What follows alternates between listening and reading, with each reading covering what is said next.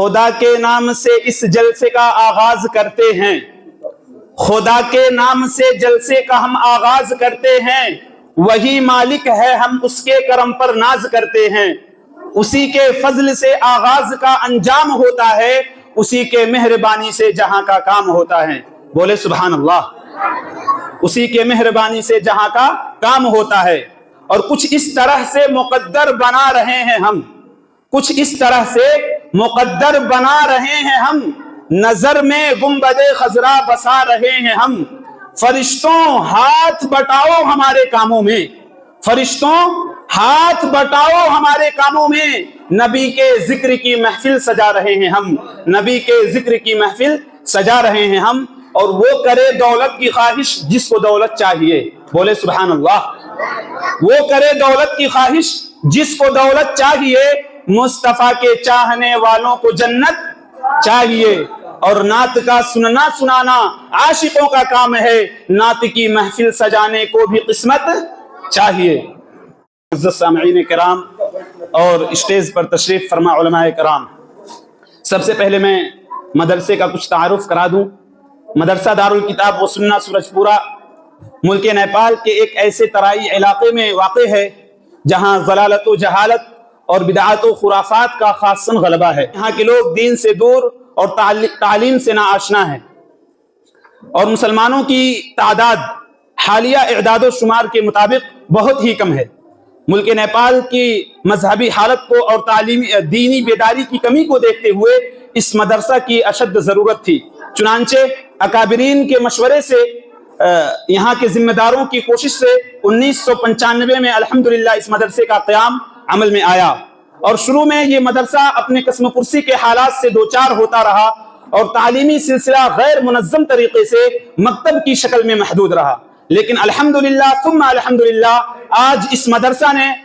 حافظ وقاری مولانا محمد سلیمان صاحب ندوی دامت برکاتہم العالیہ کے زیر اہتمام اپنی چند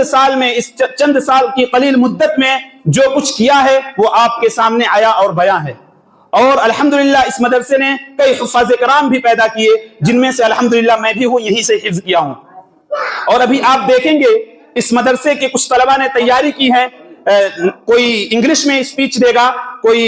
نیپالی میں تقریر کرے گا، کوئی اردو میں تقریر کرے گا، اور کوئی عربی میں تقریر کرے گا۔ آپ ان بچوں کی محنت سے اندازہ لگائیں گے کہ مدرسہ دارالکتاب و سنہ کی رفتار کیا ہے، اس کی چال کیا ہے، اس کے اندر نکھار کیسا ہے، اس کے اندر حسن کیسا ہے، اس کے اندر جمال اور رانائی کیسی ہے۔ اس مدرسے کی خدمات کا اور نیز اس کے تمام انوار و برکات کا بھی اندازہ کیا جا سکتا ہے۔ اور دوسری بات یہ ہے، ہم اور آپ جو یہاں جمع ہوئے ہیں وہ یہ ہے کہ اس مدرسے میں جمعیت الاصلاح کا قیام ہے، جس کے تحت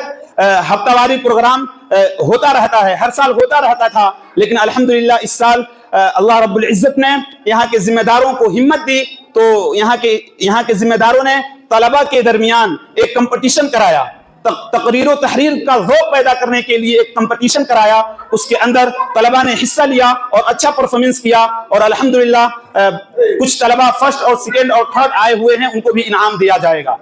نہایت ہی فرحت و شادمانی اور خوشی کا موقع ہے کہ آج جمعیت الاصلاح کا یہ سالانہ اختتامی اجلاس اپنی قدیم روایات کے مطابق منعقد ہو رہا ہے۔ جہاں تک انعقاد و انجمن اور جلسہ کی اہمیت و عظمت کی بات ہے تو یہ اس کے مقاصد کے مد نظر آیا ہے۔ حضرات، میں اپنی بات کو زیادہ طول نہ دیتے ہوئے سب سے پہلے قرب و جوار سے تشریف لائے ہوئے مہمانان کرام کا بھی بے حد شکر گزار ہوں کہ انہوں نے اپنی تمام مصروفیات کو چھوڑ کر ہماری اس دعوت کو قبول کیا، لہٰذا ہم